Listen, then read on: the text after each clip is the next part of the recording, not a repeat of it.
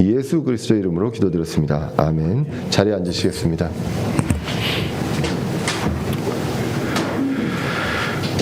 오늘은 로마서 2장 17절에서 29절 말씀을 통해서 영 안에 있는 마음의 할례, 영 안에 있는 마음의 할례라는 제목으로 말씀을 살펴보고자 합니다. 우리가 이제 로마서를 계속 읽고 있고요. 말씀드렸지만 주후 57년경에 사도 바울이 고린도에 있을 때 하나님께서 영감을 주셔서 이 성경을 기록한 것으로 저희는 믿고 있습니다. 당시는 바울은 로마 교회 성도들을 만나보지 못했지만 정말 지체로서 가족과 같은 그 형제 자매로 생각을 하고 편지를 보내게 됩니다. 이러한 것들은 다 하나님께서 바울의 마음을 움직여 주셔서 하나님이 바울을 통해서 성경을 기록하셨기 때문이다라고 저희는 믿습니다. 그래서 이제 사도로서의 본인의 임무가 복음 선포임을 이제 이야기를 하게 됩니다. 그걸로 이제 거룩히 구별되었다라는 내용을 이야기하면서 분량대로 복음을 선포한다. 바울은 이것에 준비가 되었다라고 1장 15절에 이제 이야기하는 것을 보게 됩니다. 그래서 늘 계속 제가 이제 로마서 1장부터 쭉 강조하지만 우리는 모두 분량대로 말씀을 선포할 수 있다라는 것, 그것을 이야기합니다. 왜냐하면 아무리 어눌하고 내가 아는 지식이 얼마 없어도 복음에 대해서 알고 구원받은 사람이라면 이 복음을 전할 수 있는데, 왜냐하면 이것은 하나님의 권능이기 때문이다. 모든 사람을 구원에 이르게 하는 하나님의 권능이 바로 복음이다라는 것입니다. 내가 말을 잘 전하고 조리 있게 전해가지고 되는 것이 아니라 그 복음이 선포될 때 하나님의 권능이 있기 때문에 기적이 일어나는 것입니다.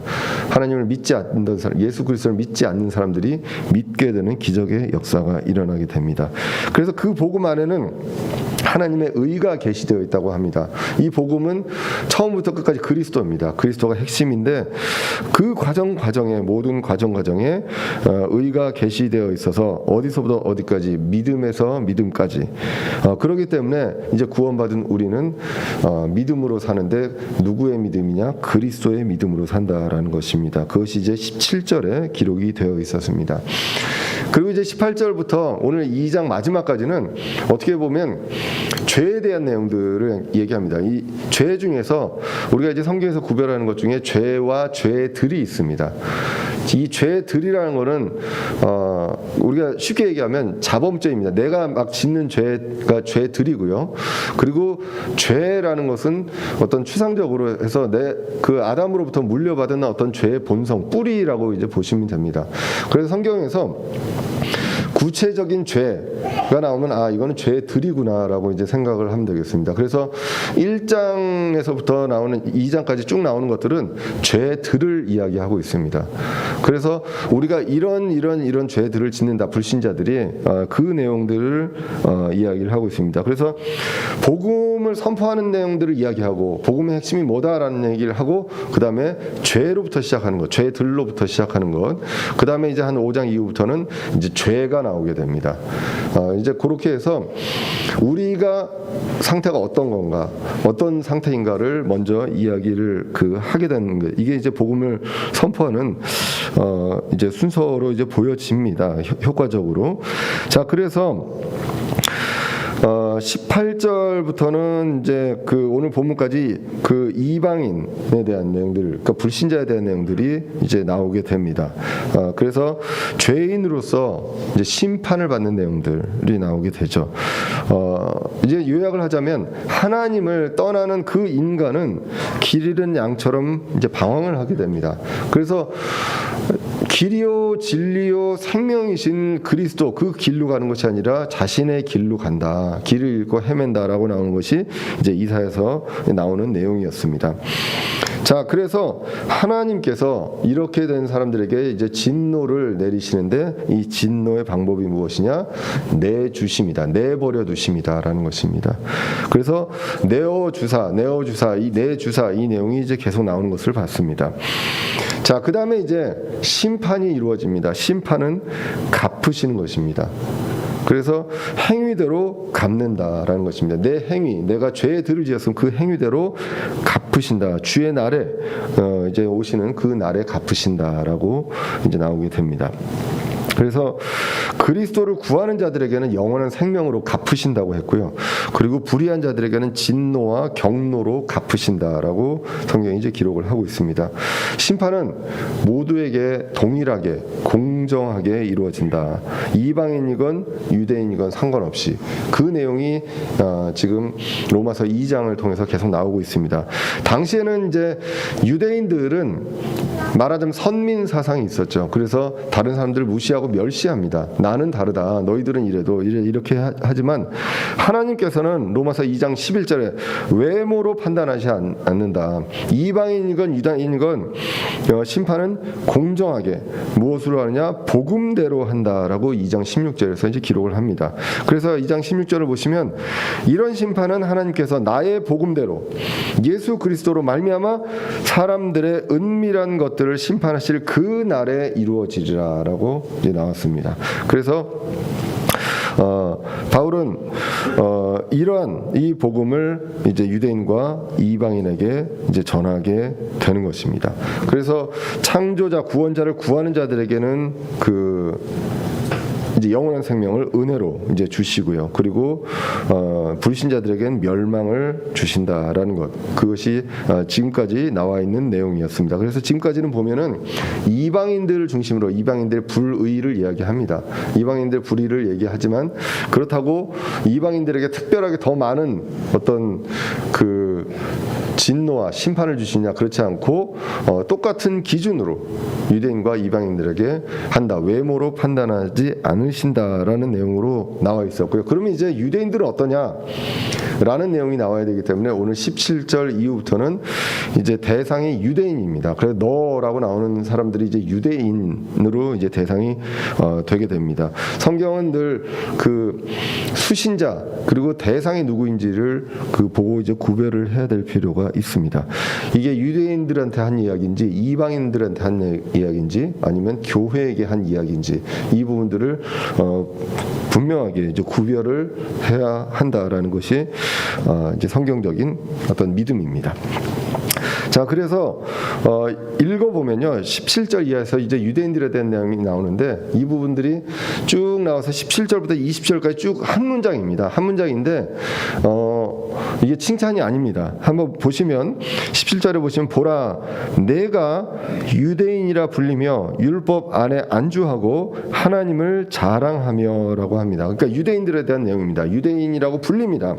그리고 율법 안에 안주하며 유대인이라고 불린다는 건 그때 당시엔 특권 의식인 거죠. 그리고 율법 안에 안주한다라고 합니다. 개혁성경에서는 이걸 율법에 의지한다라고 되어 있는데 영어로는 rest입니다. rest. 그래서 쉬는 거죠.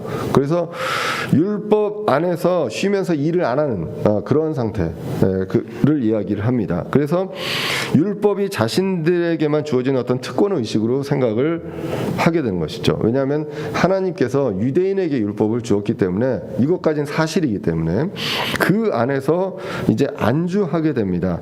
안주하게 되면서 이제 17절에 보면 하나님을 자랑한다고 합니다.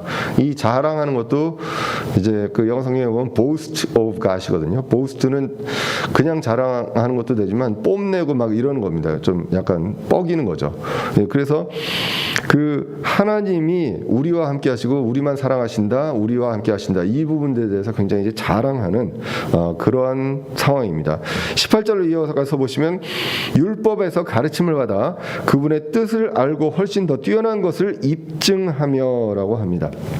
그래서 이들은 다른 민족들과 달리 유대인들은 오래전부터 율법을 통해서 가르침을 받았습니다. 가르침을 받고 그 다음에 그분의 뜻을 압니다. 율법에 그분의 뜻이 다 들어가 있기 때문에 그분의 뜻을 알고 또 그들이 율법을 잘 따르고 했을 때 더 뛰어나고 그 주변의 민족들보다 훨씬 더 뛰어나고 훨씬 더 크게 하나님께 역사하신 것을 봤기 때문에 그것을 입증했습니다. 그렇기 때문에 율법을 통해서 많은 것들을 이스라엘 민족들은 배워왔습니다. 그래서 신명기 4장 8절에 보시면 이 날 내가 너희 앞에 두는 이 모든 율법과 같이 의로운 법규와 판단의 법도를 가진 그런 큰 민족이 어디 있느냐라고 기록을 합니다. 그래서 4장 9절에 오직 너는 스스로 조심하며 힘써 내 혼을 지키라. 내 눈이 본 일을 내가 잊어버릴까 염려하노라.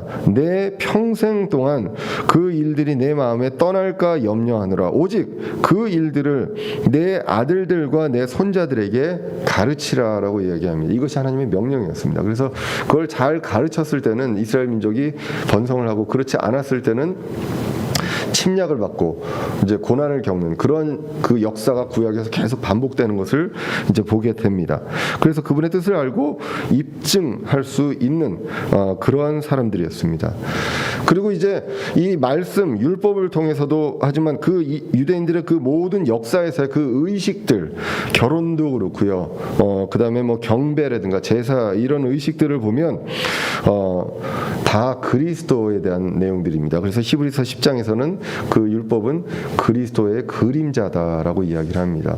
그래서 그 내용들을 모르고 그 의식들과 결혼을 그렇게 했지만 나중에 알고 보니까 이것은 다 그리스도가 오심에 대한 어떤 상징적인 어떤 시청과 교육이었다라는 것, 그것을 유대인들은 알 수 있다는 것이죠. 어떤 한마디를 딱 해도 우리가 문화적으로 역사적으로 우리는 몰라도 유대인들은 그 말을 들었을 때 이거 무엇이구나라고 알 수 있을 정도의 그런 것들을, 은혜를 이제 유대인들에게 주셨습니다. 그래서 이방인들은 몰라도 유대인들은 그들만의 역사에서 그부터 오래전부터 메시아를 기다려왔습니다. 메시아가 와서 이제 왕국을 세울 것이다. 이 내용들을 계속 기다려올 정도로 다른 민족들하고는 다른 어떤 그 초점에서, 그리고 그 기준에서 이 모든 것들을 배워왔고 그것들을 기다려왔기 때문에 다른 사람들이면 분명합니다. 그런데 그런 것들을 가지고 이제 자랑하고 뽐내고 다른 사람들을 멸시하고 특권의식을 갖는 그러한 상황을 이제 이야기를 하고 있습니다.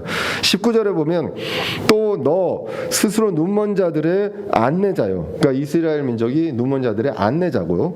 어둠 속에 있는 자들의 빛이요. 그들이 빛이라는 것입니다. 그리고 율법에 있는 지식의 틀과 진리의 틀을 갖춘 자로서 어리석은 자들의 스승이요 아기들의 교사라고 확신하는도다. 그들은 확신합니다. 우리들은 이러한 존재다. 이 어리석고 우매한 자들에게 정말 하나님의 귀한 말씀, 그 율법, 이런 것들을 가르칠 수 있는 그런 자다라는 그런 확신이 있었습니다. 그래서 지금까지 그 20절까지 내용을 보면 유대인들은 율법을 받았고 하나님의 위대한 뜻을 알고 있습니다. 그래서 율법을 잘 알기 때문에 사람들을 어둠에서 비추어서 제대로 한다면 진리의 길로 인도할 수 있는 그런 스승입니다. 스승으로서의 자격이 있습니다. 본인들도 그렇게 확신하고 있습니다. 그런데 문제는 그들은 안주하고 있습니다. 율법에 안주하고 있습니다. 그래서 사실을 이야기하고 있는데요. 근데 유대인들이 그러한 민족임을 이야기하고 있지만 그것들이 칭찬이 아니라 책망이라는 것이 이제 21절부터 이렇게 쭉 이어서 보시면 나오게 됩니다. 가르침을 받은 대로 그런 대로 살지 않음에 대해서 이제 책망을 하게 됩니다. 21절에 보시면 그런즉 다른 사람을 가르치는 내가 내 자신은 가르치지 아니하느냐? 사람이 도둑질해서는 안 된다고 선포하는 내가 도둑질을 하느냐라는 것입니다. 진리를 알고 있고 다른 사람을 가르치는 그러한 위치에 있는 사람이 자신을 돌보지 않고 가르치지 않는다. 이거를 우리가 성경에서는 위선자라고 하죠. 예, 그래서 예수님도 바리새인, 제사장들, 그런 위선자들을 책망을 합니다. 불신자들이라든가 어리석은 사람들은 불쌍히 여기셨죠. 그렇지만 이 바리새인들과 서기관들과 이 제사장들을 불쌍히 여기지 않고요. 이들에게는 굉장히 원색적으로 이제 비난을 하시는 것을 이제 보게 됩니다. 율법에서 금지되어 있고 율법에서 가르치는 그리고 율법을 가르치는 그런 유대인들이 명백히 아는 것, 해서는 안 되는 것을 알지만 그런 것들을 그들은 했다는 것입니다. 실제로도 했고 또 마음에서부터 그런 일들이 많이 있었습니다. 그래서 예수님도 그 마음에서부터 나오는 그 생각들, 이 생각들을 가지고 이제 책망하는 것이 이제 마태복음 15장에 나오게 됩니다. 마태복음 15장 18절에 보시면 그러나 입에서 나오는 그것들은 마음에서 나오며 그것들이 사람을 더럽게 하느니라. 입으로 들어가는 게 더러운 게 아니라 입으로 나오는 것이 더럽다라는 내용을 이야기하면서 이 말씀을 하시는 것입니다. 그래서 19절에 마음에서 악한 생각, 살인, 간음, 음행, 도둑질, 거짓 증언, 신성모독이 나온다라는 것입니다. 그리고 이제 마태복음 5장에 보시면 음욕을 품으면 이미 간음한 것이다라고 우리가 이제 성경에서는 죄에 대한 부분을 명확하게 이제 정의를 하게 됩니다. 그래서 이러한 것들을 어떻게 너희들이 하고 있느냐, 하지 말라고 하는 것들, 율법에 그리고 그렇게 이제 구약에서부터 그 오래전부터 그 하나님으로부터 직접 받아온 그 율법을 가르치는 너희들이 왜 그거를 하고 있느냐라는 것입니다. 22절에서도 보시면 사람이 간음해서는 안 된다고 말하는데 내가 간음하느냐, 우상들을 몹시 싫어하는 내가 신전 물건을 몰래 취하느냐, 율법을 자랑하는 내가 율법을 어김으로 하나님을 욕되게 하느냐라고 이제 오늘 22절에 23절까지 이제 기록을 하고 있습니다. 그래서 율법을 하나님으로부터 받았다고 자랑하면서 그 율법을 어기는 일을 하고 있습니다. 사람들 앞에서는 그렇지 않을지 몰라도 그 내면에서 이러한 것들이 그 마음속에서 이렇게 일어나는 것들, 하나님과 자신이 아는 그러한 일들을 하고 있는 것, 그런 것들을 이제 여기서는 하나님께서 이제 책망하시게 됩니다. 그래서 이러한 것들을 율법을 명백하게 어김으로 하나님을 욕되게 한다라는 것입니다. 유대인들은, 그러니까 이방인들 불신자들은 행위로 하나님을 욕되게 할 수는 없습니다. 본인이 욕을 먹을 수는 있어도 하나님을 욕되게 할 수는 없는데 유대인들은 그들의 행위로 하나님을 욕되게 할 수 있다라는 것입니다. 그래서 좀 더 확대한다면 진리를 알고 있으나 행함이 없고 오히려 악행을 저지른다면 결국 하나님을 욕되게 한다는 것입니다. 이거를 이제 당시에 이제 유대인들에 대한 1차적으로 이제 유대인들에 대한 내용이고요. 왜냐하면 유대인들이 지금 이 문장이 나온 이유는 유대인들 너희들 이방인들과 다르게 특별 대우 받을 것으로 아느냐? 그렇지 않다라는 내용들을 하는 것입니다. 그래서 너희들이 정말 그 유리한 고지에 있는 거죠. 율법도 받았고 모든 것들을 잘 알고 하나님의 뜻도 알지만 그러한 것들을 가르치기만 하고 너희들이 너 자신을 가르치지 않는다면 결국은 하나님을 욕되게 하는 것이다. 그러면 똑같다라는 내용들을 이야기하고 있는데 이 내용을 이제 조금 더 확대해서 우리 쪽에 이제 교훈으로 본다면 제임스 낙스 목사님의 로마서 강해에서는 이렇게 이야기를 하고 있습니다. 유대인도 자신들이 받은 것 배운 것으로 자랑하지만 하나님과 개인적인 교제가 없었다라는 것입니다. 그래서 지금 시대에도 그 제임스 낙스 목사님의 얘기입니다. 지금 시대에 성경을 가장 많이 한다고 자부하는 독립침례교회도 이런 모습이 보인다라는 것입니다. 이게 우리나라만 그런 게 아니라 미국에서도 독립침례교회 하면 이제 우리가 킹잼 성경을 갖고 있고 바른 진리를 알고 하기 때문에 그렇게 이제 소위 말하면 이제 지적질을 하는 거죠. 예, 이거 너희들 틀렸어라고 하면서 그래서 어떻게 보면 이 말씀에서 우리가 이제 그 유대인들처럼 우리가 또 이런 것들을 하고 있는 것이 아닌가 한번 돌아봐야 한다라는 것이 이제 그 제임스 낙스 목사님의 이제 이야기입니다. 그래서 우리가 사람들을 긍휼로 바라봐야 되는 사람들이 있습니다.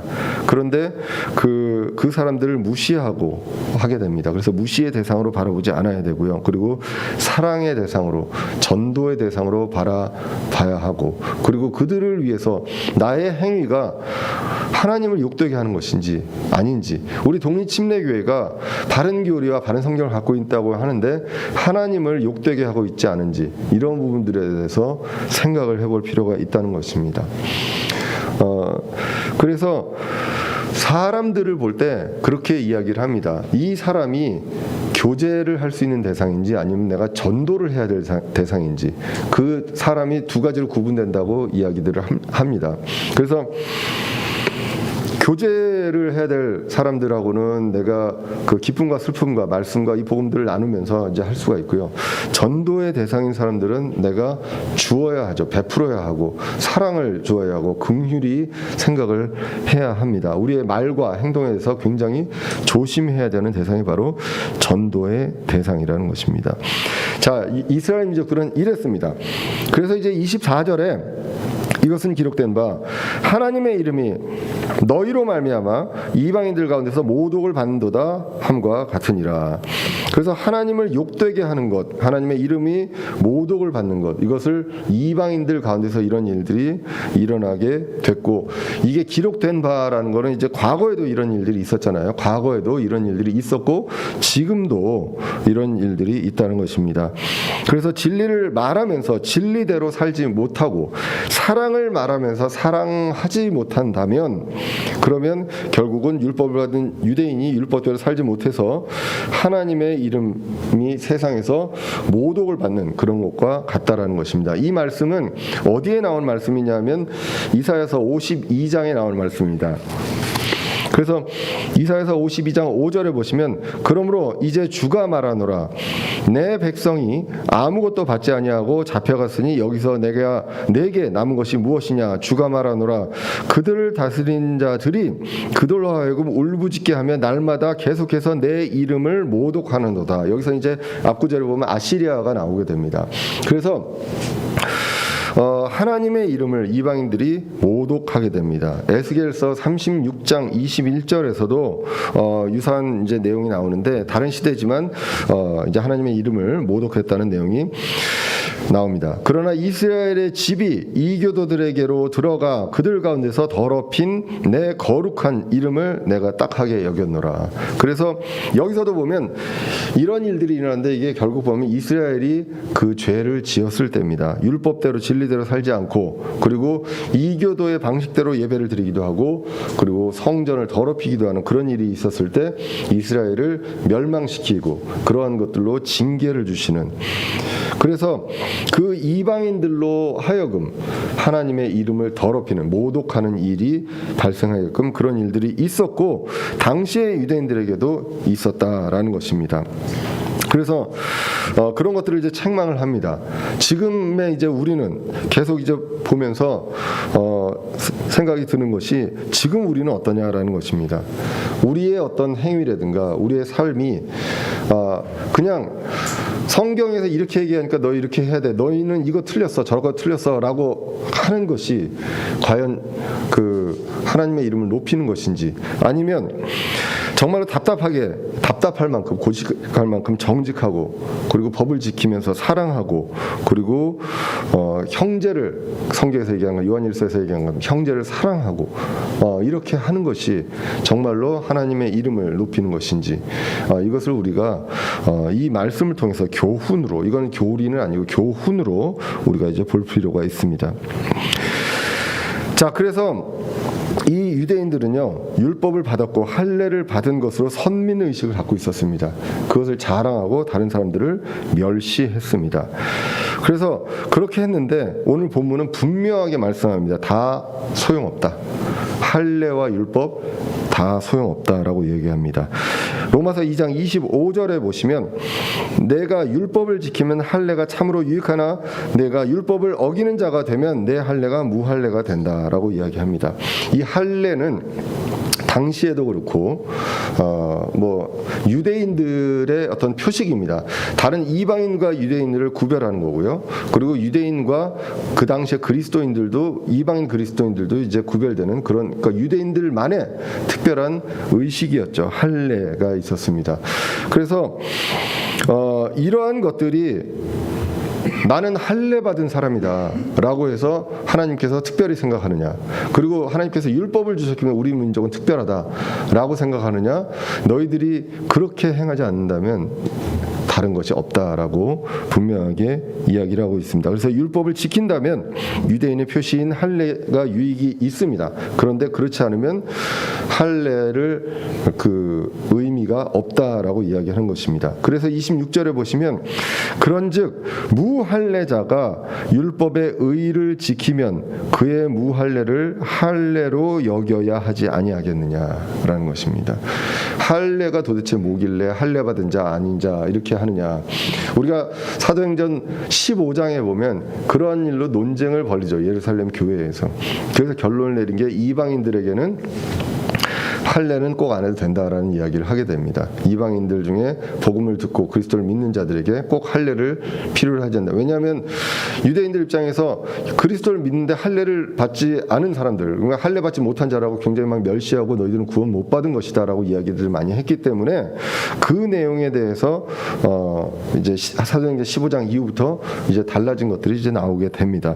오늘 본문도 무할례자가 율법의 의를 지키면, 만약에 할례를 받지 않은 사람들이 그 율법도 받지 않았는데 그 율법의 의를 모두 지킨다면 그의 무할례가 할례로 여겨져야 되지 않겠느냐. 그러니까 결국은 유대인 너희들과 똑같이 되어야 되지 않겠느냐라는 얘기입니다. 무할례가 할례가 되어야 되지 않겠느냐라는 내용을 이야기를 합니다. 결국은 율법을 지켜야 한다. 율법의 의를 지켜야 한다. 그것이 핵심이지 할례건 유대인이건 이방인이건 이거는 전혀 차이가 없다. 외모로 판단하시지 않는다라는 것입니다. 고린도전서 7장 19절에 보시면요. 이렇게 기록됩니다. 할례가 아무것도 아니요 무할례가 아무것도 아니로되 오직 하나님의 명령들을 지키는 것뿐이라. 할례와 무할례가 아무것도 아니라고 합니다. 소용없다. 오직 하나님의 명령들을 지키는 것뿐이다 라고 기록을 하고 있고요. 갈라디아서 5장 6절에 보시면 예수 그리스도 안에서는 할례나 무할례나 아무 효력이 없으되 오직 사랑으로 일하는 믿음뿐이라 라고 이야기합니다. 그래서 하나님의 명령을 지키는 것, 이것이 무엇이냐? 사랑으로 일하는 믿음입니다. 그 외에 할례와 무할례는 아무 효력이 없다. 그리스도 안에서는, 예수 그리스도 안에서는 이것을 분명하게 이야기를 하고 있습니다. 그래서 율법을 받지 않은 자가, 무할례자가 율법을 이행하면 유대인들은 부끄러워해야 한다라는 것입니다. 거꾸로 우리가 그렇게 그 바른 성경과 바른 교리를 갖고 있는데 어떤 그 다른 어떤 교회, 기성 교회에 비해서 우리가 그리스도가 보시기에 부끄러운 그런 일들을 한다면 과연 우리가 정말 바른 교리, 바른 성경을 갖고 있는 것을 자랑할 수 있느냐라는 것들을 오늘 본문을 통해서도 이제 볼 수가 있습니다. 그래서 이제 27절로 이어지면 또한 본래 무할례자가 율법을 이행하면 글자와 할례를 통해 율법을 범하는 너를 판단하지 아니하겠느냐라는 것입니다. 똑같이 누가 사람들이 잘못을 하면요. 유대인이고 할례를 받고 율법이 있는 사람이다 하더라도 무할례자가 판단할 수밖에 없다는 것이죠. 그 내용을 이야기를 합니다. 여기서 이제 본래 무할례자라는 것은 결국 이방인입니다. 본래 무할례자, 본래 할례자는 없습니다. 원래부터 태어나서부터 할례자는 없죠. 태어나서 8일 이후에 유대인들은 할례를 받는 것이고 본래 무할례자입니다. 모두가 본래 무할례자인데 율법을 받지 못하고 본래 무할례자 이방인인 사람들이 율법을 이행하고 있으면 그것을 율법을 받고 알고 있으면서 범하는 유대인들을 당연히 판단할 수밖에 없다. 이건 이상한 일이 아니다. 그래서 이방인들이 그리스도를 알고 그리고 그리스도를 모르다고 하더라도 이론적으로 율법을 완전히 지키고 있는 사람이라면 유대인들을 판단할 수 있다라는 것입니다. 유대인들이 이방인들에게도 판단을 받을 수 있다. 너희들 특별한 것들이 아니다라는 내용을 계속 이야기를 하고 있습니다. 다시 이제 제임스 낙스 목사님의 로마서 강의에도 보시면 그렇게 얘기합니다. 우리에게는 성경이 있습니다. 성경이 없는 사람들에 비해서 어떤가라는 것입니다. 그리고 우리는 킹제임스 성경을 가지고 있으면서 서로 사랑하지 않는다면 다른 성경을 가지고 사랑하는 사람과 어떠냐라는 내용들을 이제 제임스 낙스 목사님 계속 물어보게 됩니다. 이게 정말 우리 그 독립침례교회, 우리 교회뿐만 아니라 많은 이제 독립침례교회의 큰 숙제라고 보여집니다. 남들이 모르는 걸 더 알고 있고요.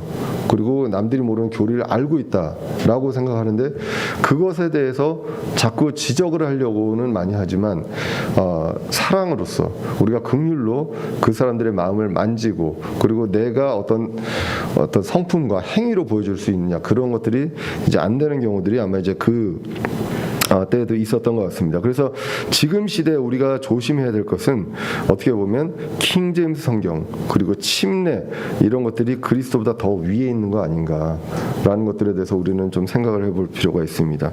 어떤 교회가 더 선한 영향력을 미치는가 우리는 이 부분을 오늘 말씀을 통해서 한번 생각을 해볼 필요가 있습니다. 자, 그래서 이제 28절 29절에서 유대인 이방인들에서 이제 분명하게 이야기를 합니다. 다시 한번 이제 결론을 맺습니다. 너희들 다 큰 차이 없다라는 내용들. 심판도 공정하고 그리고 할례나 무할례나 의미 없다. 율법도 지키지 않으면 모두에게 다 의미 없다. 갖고 있는 사람이거나 갖고 있지 않은 사람. 그러니까 율법을 모르고 하나님의 받은 그 율법을 모르고 범하는 사람도 있겠지만 알고도 범하는 사람 다 똑같다라는 내용들을 이야기를 합니다. 28절에 보시면 이는 겉으로 유대인이 아니요 겉으로 육체에 행하는 할례가 그 할례가 아니기 때문이라 오직 속으로 유대인이요 할례는 글자 안에 있지 아니하고 영 안에 있는 마음의 할례니라. 이런 사람에 대한 칭찬은 사람들에게서 나지 아니하고 하나님에게서 나느니라라고 나옵니다.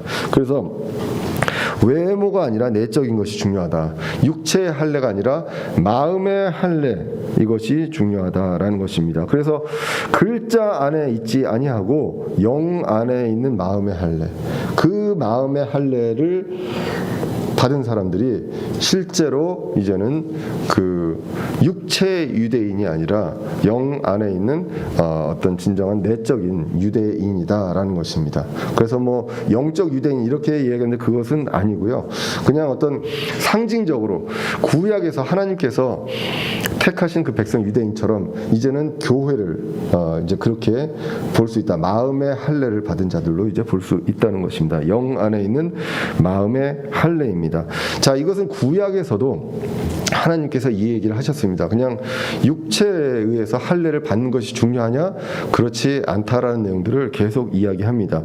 신명기 10장 16절에 보시면 그러므로 너희는 너희 마음에 포피의 할례를 행하고 다시는 목을 뻣뻣하게 하지 말지니. 자, 마음의 포피의 할례를 행하라고 합니다. 그 구약에서 그리스도가 오시기 전에 그래서 목을 뻣뻣하게 하지 마라 교만하지 말라라는 내용이죠. 그리고 신명기 30장 6절입니다. 신명기 30장 6절에 보시면 또 주 내 하나님께서 내 마음과 내 씨의 마음 너의 마음과 너의 그 자손들 씨의 마음에 할례를 행하고 내 마음을 다하여 혼을 다하여 주 내 하나님을 사랑하게 하사 내가 살게 하시며라고 이제 기록을 하고 있습니다. 자, 그래서 이제 이 마음의 할례에 대한 내용이 나옵니다. 육체의 할례 이거는 아무 그 의미 없다. 마음의 할례이다라는 내용을 이야기를 하고 있는 것입니다. 자, 그래서 겉으로 율법 그 육체의 할례를 중요하게 여기지 않고 율법을 행하는 것 이것이 중요하고 그리고 마음의 할례가 중요하다. 이 내용을 이야기를 하고 있습니다. 자, 그럼 여기까지 보면 율법만 잘 지키면 되겠네라고 생각하겠지만 여기까지는 아직 은혜의 복음에 대한 내용이 나오지 않고 있습니다. 죄에 대한 내용만 나오고 있거든요. 그럼 죄에 대해서 나왔을 때는 율법을 기준으로 율법을 완전히 지키는 사람들은 죄들이 없는 사람들입니다. 그럼 그 사람들은 그냥 의인이 될 수 있는 거죠. 근데 그 사람들은 나중에 이제 보시면 없습니다. 그렇기 때문에 유대인이건 이방인이건 유대인이라고 뭐 죄를 조금 지어도 뭐 이 부분은 이제 용서가 되느냐 그렇지 않다라는 것입니다. 똑같이 율법을 완전히 지켜야 된다. 율법을 모르는 사람이건 아는 사람이건 완전히 지켜야 되기 때문에 율법이나 할례 이런 것들이 유대인들의 특권이 될 수 없다라고 이야기를 하고 있는 것입니다. 그렇기 때문에 유대인들이 율법을 그대로 행하지 않는다면 자랑할 것이 하나도 없다. 그러니까 행위로 자랑할 수 있는 것이 없다라는 것입니다. 그것을 2장에서 이제 그 계속 이야기를 하고 있습니다. 진정한 유대인이라면 율법을 알고 하나님의 뜻과 지식과 진리를 알고 가르치는 자라면 그것을 그대로 완벽하게 행해야 한다. 그러면 너희들이 유대인이라고 자랑할 만하다라는 내용이 이제 오늘 본문에 나오는 것입니다. 그런데 그렇지 않기 때문에 할례는 그리고 율법에 대한 부분들을 이야기하면서 이 특별히 이제 육체 할례를 이야기하면서 글자 안에 있지 않고 영 안에 있는 이 할례, 이것이 중요하다라는 내용을 이제 마지막 절에서 이제 강조하게 되고, 그렇게 했을 때 칭찬은 사람에게서 나는 것이 아니라 하나님에게서 난다라고 성경이 기록합니다. 이제 오늘 본문을 한번 정리를 해보시면, 율법을 완전히 지켜서 의인이 될 수 있는 사람은 없습니다. 이방인도 불가능하고 유대인도 불가능하다는 것입니다.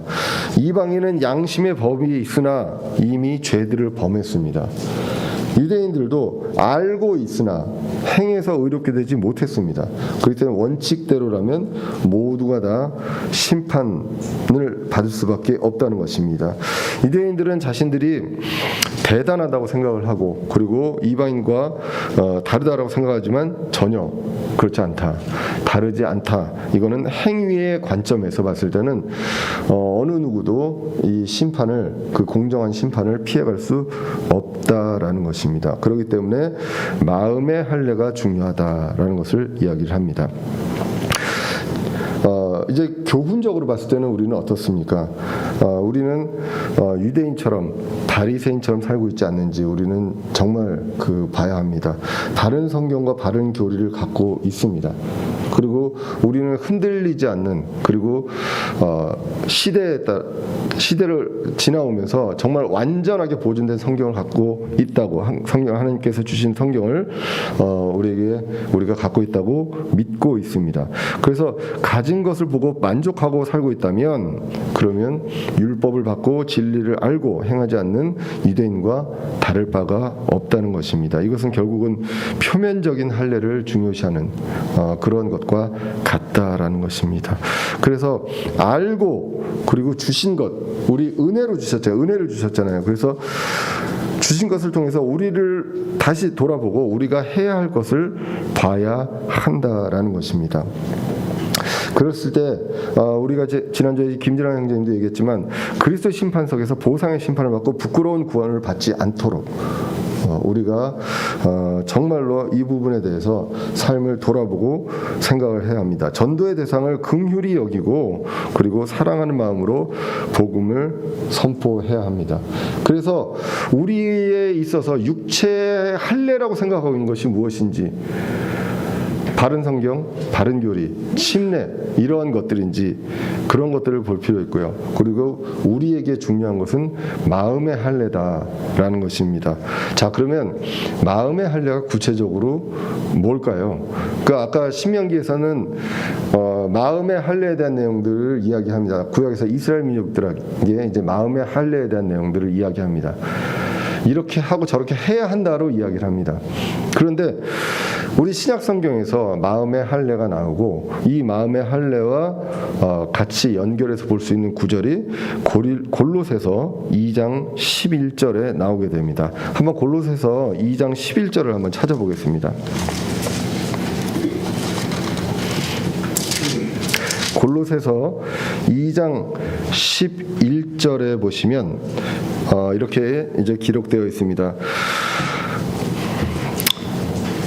공교롭게도 11절, 12절은 11절은 할례를 얘기하고 12절은 침례를 이야기를 합니다. 11절에 보시면, 또한 그분 안에서 그리스도의 할례로 말미암아 육신의 죄들에 속한 몸을 벗어버림으로 손으로 하지 않은 할례로 할례를 받았느니라. 우리는 어떻습니까? 할례를 받은 자들입니다. 우리가 앞으로 마음의 할례를 계속 해야 된다라는 것이 아니라, 구약에서 유대인들은 그랬지만 지금은 그리스도를 믿는 사람들은 마음의 할례를, 그리스도의 할례를 받았습니다. 여기서 보시면 육신의 죄들에 속한 몸을 벗어버림으로써 우리 할례가 어떻습니까? 할례가 결국은 포피를 잘라내는 것입니다. 덮고 있는 그 껍질을 잘라내는 것이거든요. 그러면 그리스도의 할례는 무엇이냐? 우리가 육신의 죄들로 속한 몸이 있습니다. 이 몸을 벗어버림으로써 손으로 하지 않은 그 할례, 그리스도의 할례를 받았다.